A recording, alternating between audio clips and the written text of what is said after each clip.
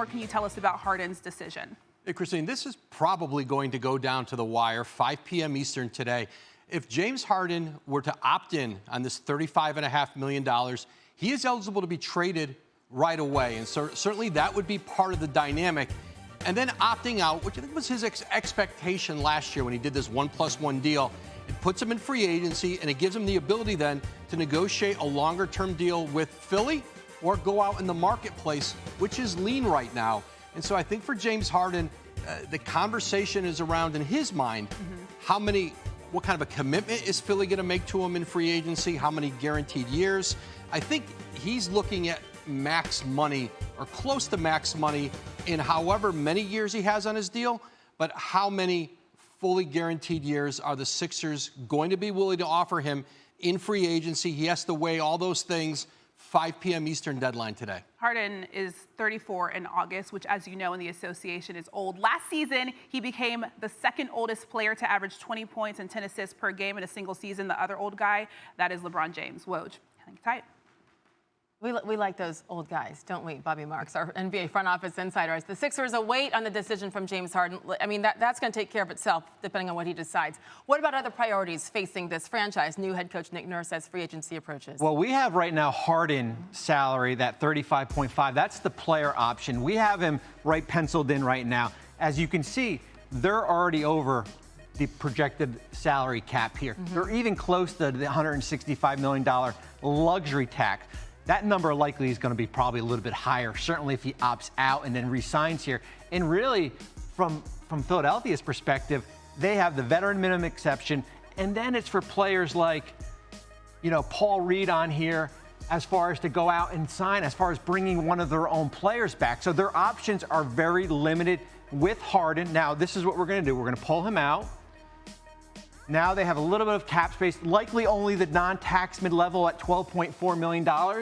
And that really only gets them in the ballpark of players like Max Strus, Seth Curry. That would be the Harden replacement if he did not return.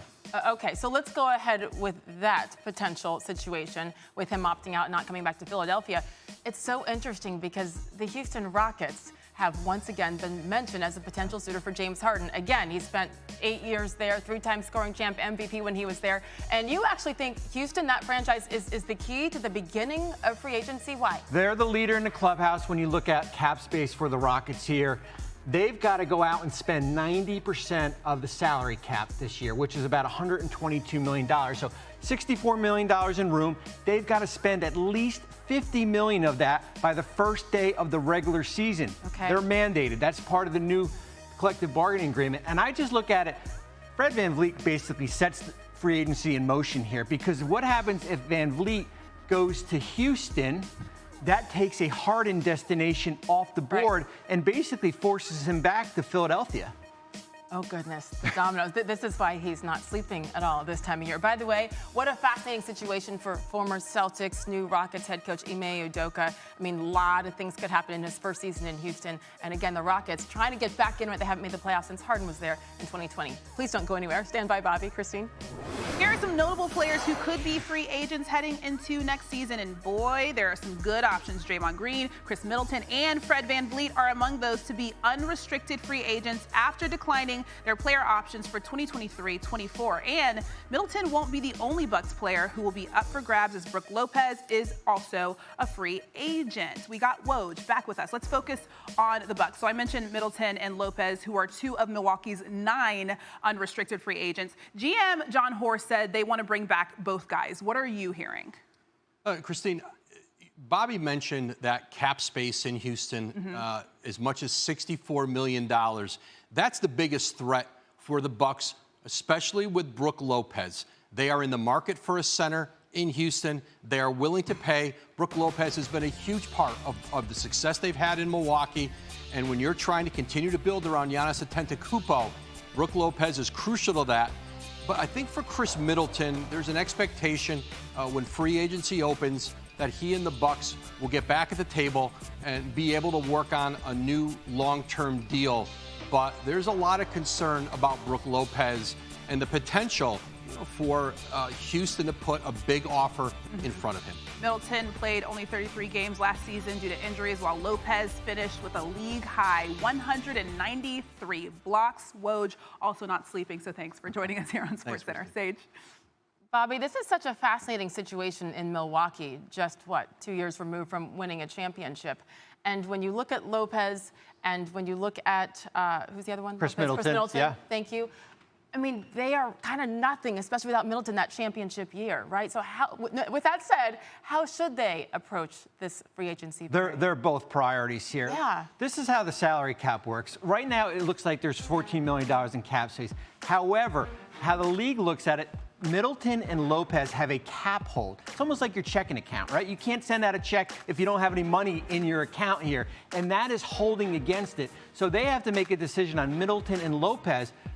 Opted out of $40 million. Yeah. You don't opt out of $40 million unless something is in your back pocket here. So when you put him in, let's put him in at $30 million, they're already over the luxury tax here. So when you look at a player like Brook Lopez, who's the big winner right now in free agency, Brook's number is going to be a little bit higher. I mean, we can probably put him closer to 20. They lose him, they can't go out and replace him. So when you put Brook back in, a priority, you're over the cap. You're even now in the luxury tax. But it's almost like the situation we just went with James Harden. Yeah. You lose him, you've got limited resources to replace. Remember, Giannis, extension eligible in September. Oh, goodness. You are in win now mode to put the best roster around him. You absolutely have to be. And yes, on the court, they're great, but there is a very unique chemistry with Giannis, with Khris, with Brook, with all of them. That is something so special in Milwaukee. And also, again, a new head coach in Adrian Griffin. We shall see in Milwaukee, Bobby. Thank you, Christine. And the Bucks still have the second best odds to win the Eastern Conference, according to Caesars Sportsbook. Milwaukee is looking to make it to the conference final for the first time since they won the championship in 2021. The only team with better odds than the Bucks is the Celtics at +210. What does Matt like to say? Every day is leg day here on SportsCenter. We welcome in Tim Legler. What do you think the Sixers and Bucks need to do to put themselves in a better position to compete with the Celtics, who of course now have Kristaps Porzingis? Well, for Philadelphia, obviously a lot of this is going to revolve around James Harden. I think most people fully expect James Harden to be back, hopefully on somewhat of a friendlier deal on the Sixers' terms and maybe a shorter-term deal. But you do need James Harden back. I think it keeps you relevant. It allows you to make another run in the East. I don't know how you replace that kind of talent. So assuming they get that done, it's really about rounding out the rest of the roster. Their depth was a major issue for them a year ago, and Doc Rivers found himself a lot of nights not knowing who he was going to go to from night to night beyond their top 5 guys. So I'd like to see them add some length and defensive-minded players around their top star offensive talent, and you always need shooting. If you've got James Harden, Joel Embiid, and Tyrese Maxey on your team and the amount of attention they command, you've got to add shooting at any step you get. And for the Bucks, I think it's just mandatory. You have to get Brook Lopez and Khris Middleton re-signed. It keeps that championship window alive. If you lose them, as Bobby Marks said, you can't replace them very easily because of the cap situation that they're in. The Bucks then take a step back, and Boston, I think, then becomes the prohibitive favorite to win the Eastern Conference. And maybe some people would even view Milwaukee as taking a step back behind a team like Philadelphia and maybe behind a team like Miami. That's how important it is. You add Lopez, who's your backline defender, a defensive player of the year candidate, and a stretch three-point shooter. And then Khris Middleton, he hasn't made it all the way back from his injuries, but when he is right, and if he can get there this year, you have one of the best mid-range scorers in this league and a two-way player as well. So to me, that is it. Priority 1 and 2, Brook Lopez, Khris Middleton have to be re-signed. Okay, so you mentioned Miami. It's one of our favorite conversations to have. It's now Dame time. So this month, Damian Lillard said that his obvious preferred trade destination is Miami Heat, just like anybody would want to go to Miami, obviously. But Blazers GM Joe Cronin said that they want to keep their guy and build a winning team around them. So if you are Miami and you don't get Dame Lillard, what is the backup option?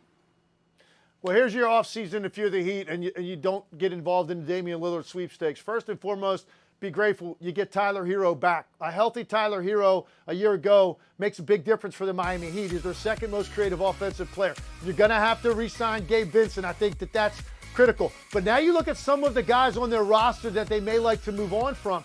I think Duncan Robinson was a guy that has some value around the league because of his shooting ability, makes a pretty big number for the production he gave him a year ago.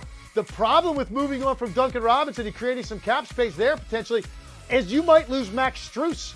And if you lose Max Strus, who's going to get some offers here in free agency, can you give up that much shooting in one off season to lose both of those guys? So it might change their opinion there. And then I think you look at guys like Kyle Lowry, Victor Oladipo.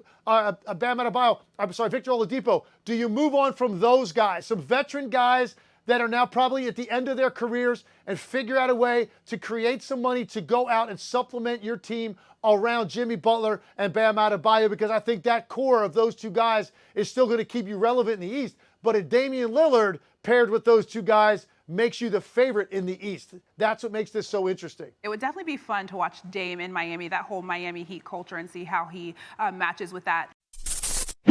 Thanks for watching ESPN on YouTube. For live streaming, sports, and premium content, subscribe to ESPN+.